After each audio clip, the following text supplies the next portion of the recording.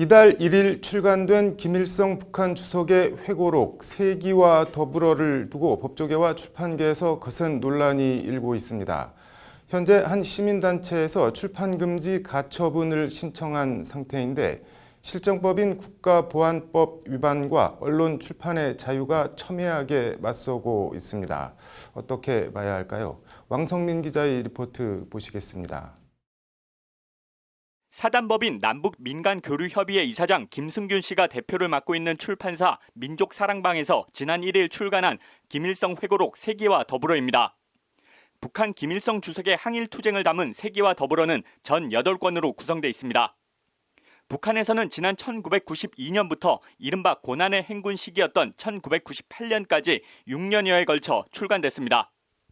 1994년 7월 8일 김일성 주석이 사망할 때까지 생전에 6권이 나왔고 사후에 조선노동당 중앙위원회가 김 주석의 유고와 사료를 모아 계승본 형식으로 7권과 8권을 내놓았습니다.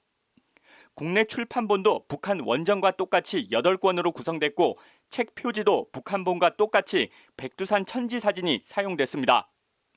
회고록엔 김일성 주석의 항일투쟁 일대기와 함께 혁명하는 사람은 언제나 인민을 믿고 인민에 의거해야 한다는 등 김일성 주석의 어록과 사진, 친필 서명이 들어 있습니다.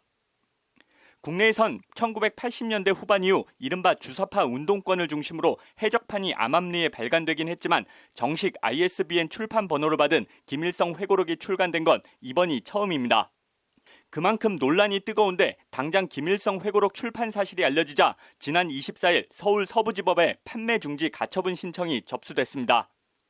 일단 김일성 회고록은 국가보안법 위반 사건과 관련해 대법원에서 지난 2011년 7월 이적 표현물에 해당한다는 법적인 평가를 받았습니다. 관련해서 가처분 신청을 낸 법치와 자유민주주의연대 대표를 맡고 있는 도태우 변호사는 김일성 회고록이 북한에서 차지하는 위치를 감안하면 김일성 회고록의 국내 정식 출판은 여타 이른바 이적 표현물의 유통과는 차원을 달리하는 문제라고 강조합니다. 이게 이제 단순한 북한의 한 책이 출간됐다, 좀 적법한 절차가 아니게라는 정도가 아니고 김일성 회고록은 그 위상이 다른 책과 종류가 비교가 안 됩니다.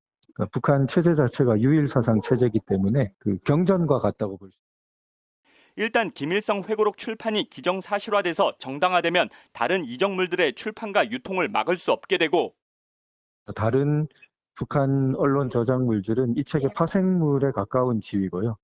그러니까 이 책이 유통되는 게 허용되면 다른 북한의 언론 저작물들을 막을 근거가 없어집니다. 저 책도 허용되었는데 2차적인 그 표현물에 해당되는 게 왜 허용이 안 되냐, 이렇게. 국가의 존립, 안전이나 자유민주적 기본질서를 위태롭게 하는 활동을 찬양, 고무, 선전하는 행위 등을 처벌하는 국가보안법 제7조가 무력화되는 건 필연적인 결과라는 게 도태우 변호사의 우려입니다. 그래서 소위 다른 모든 언론 표현 저작물들의 완전한 개방으로 가는 소위 마중물 역할을 하게 됩니다. 그리고 이러한 것들을 통제하고 있는 국가보안법, 특히 7조를 완전히 국회에서 정식 폐지 절차를 밟지 않고도 사실상 무력화 폐지시키는 그런 효과.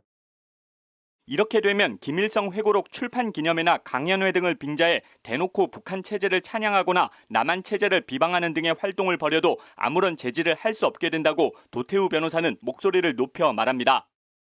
이게 단지 유통에 그치지 않고 이건 필연적으로 허용되면 그 설명 강연회를 한다, 독서회 토론회를 한다, 그 내용에 기반해서 공연을 한다, 이런 모든 것들을 막을 방법이 없어집니다. 원천적인 게 허용되었기 때문에. 그래서 결국 우리가 결론적으로 이게 서적 하나 출판 한 해 만회 정도의 문제가 아니라는 건데 이런 점들을 다 감안해도 언론 출판의 자유라는 헌법적 가치가 국가보안법에 우선한다는 반론도 있습니다. 그 김일성 회고록에 관한 논란이 있는데요. 저는 헌법상 그 언론 출판의 자유의 측면에서 이 책을 출판하도록 허용하는 것이 맞다고 생각합니다. 남한과 북한의 체제 경쟁은 이미 비교가 불가능할 정도로 남쪽의 승리로 끝났고 김일성 회고록에 넘어가 국가에 대한 믿음이 흔들릴 정도로 우리 체제와 국민들이 허약하지 않다는 반박입니다. 차라리 북한에서 우리 것이 유통되는 것을 경계하는 것은 충분히 이해가 가지만 김일성 회고록에 대해 출판 금지 가처분을 신청한 쪽에서 제기하는 우려는 한마디로 전부 기우라는 겁니다. 우리나라가 북한과의 사상 싸움에서 완벽하게 승리를 하고 있는 상황이고, 현재 북한에서 논란이 되고 있는 것이 남한에서의 각종 매체들, 드라마라든지 영화 이런 것들을 보는 젊은 그 북한인들에 대해서 탄압을 하고, 오히려 이런 저작물들을 공론장에서 자유롭게 토론되도록 하면 옥석도 가려질 것이고 그 정도는 진작에 허용했어도 자유민주 체제가 강화됐으면 강화됐지 아무런 문제가 없을 것이라는 게 권오운 변호사의 말입니다. 오히려 우리 쪽에서는 북한의 이러한 저작이라 하더라도 자유롭게 출판을 해서 허용하고, 그 국내에서는 이런 것들이 자유롭게 토론된다는 점을 보여준다면 오히려 북한과의 관계에서도 더 우리가 우월하다는 점을 보여줄 수 있는 그런 사례가 되지 않을까 싶습니다.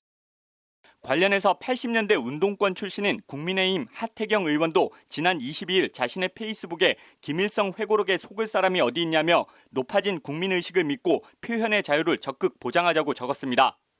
같은 날 국민의힘은 김일성이 주인공인 허황된 소설 그 이상도 이하도 아니다. 국민에게 판단을 맡겨도 충분하다. 북한에서 하는 허황된 김일성 우상화의 실체를 깨닫게 해줄 마중물이 될 수도 있다는 박기영 부대변인 명의 논평을 냈습니다. 출판금지 가처분 신청이 접수되고 논란이 확산되자 교보문고와 예스24, 알라딘 등 대형 온 오프라인 서점들은 일단 김일성 회고록의 판매를 중단하고 사태를 관망하고 있는 상태입니다. 공급자인 한국출판협동조합 측도 현재 서점의 김일성 회고록 공급을 중단하고 사태를 지켜보고 있습니다. 이런 가운데 출판물의 유해성을 심사하는 간행물윤리위원회는 어제 전체 회의를 열었지만 이념성 도서는 심의 대상에 포함되지 않는다며 유권 해석을 피해갔습니다. 결국 법원의 가처분 신청 인용 여부에 따라 시판 여부가 다시 결정될 것으로 보이는데 그제 가처분 신문을 진행한 서울 서부지법은 이르면 다음 주쯤 인용 여부에 대한 결정을 내릴 것으로 알려졌습니다. 법률방송 왕성민입니다.